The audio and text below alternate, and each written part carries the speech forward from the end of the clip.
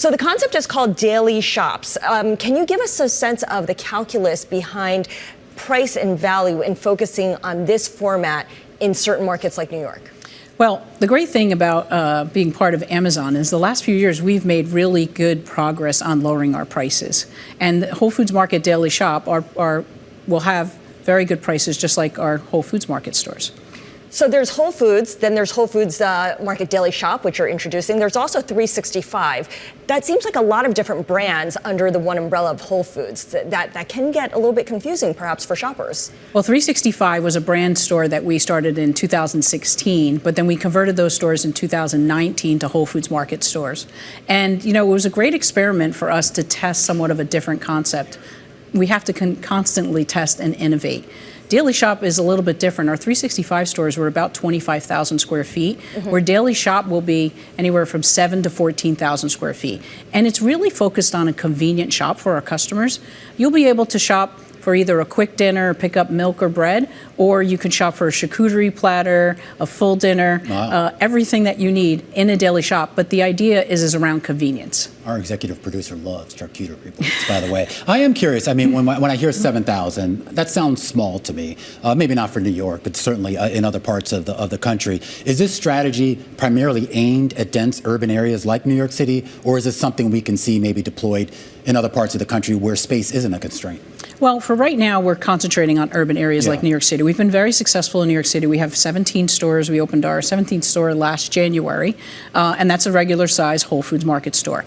But for right now, we're going to concentrate on cities, and these are really like drop-in stores. So you can easily have your big store that you can shop at and do a very big shop, or if you need a quick shop, you'll have a Daily Shop. So how are you going to make that determination about what to put on the shelves? Obviously, if you're going to a 7,000 square foot footprint, you have to be a lot more selective about what's there. So how do you make sure that you have not only what the customer wants, but that they're not going to be disappointed if they walk in there with the expectation that I should be getting everything I get at a 40,000 square foot Whole Foods, but I don't see that product here? Yeah, well, the stores are anywhere from 7,000 to 14,000 square feet, and I was actually really surprised while we did the design.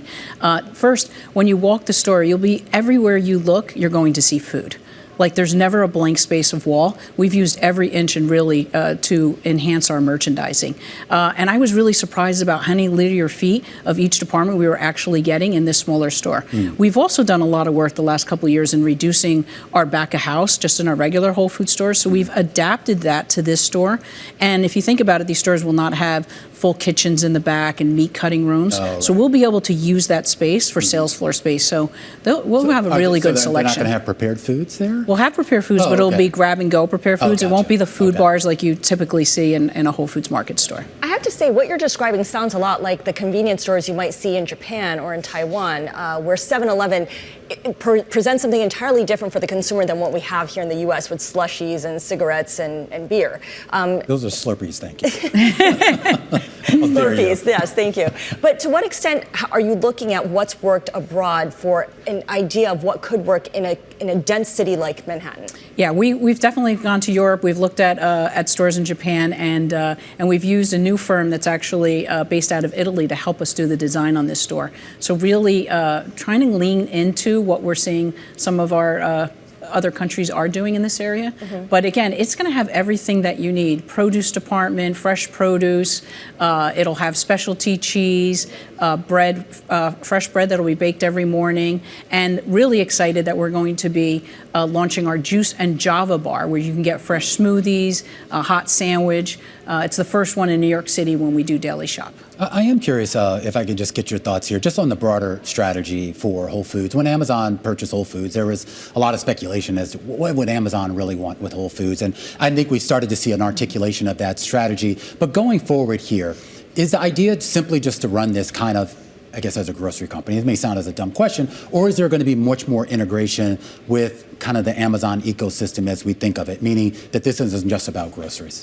Well, with Amazon, we want to create with Whole Foods Market world-class winners in the grocery business, and we want to continue to create Whole Foods stores. We have 75 in development right now, and also grow the Amazon grocery business. This is an area we're really going to win in.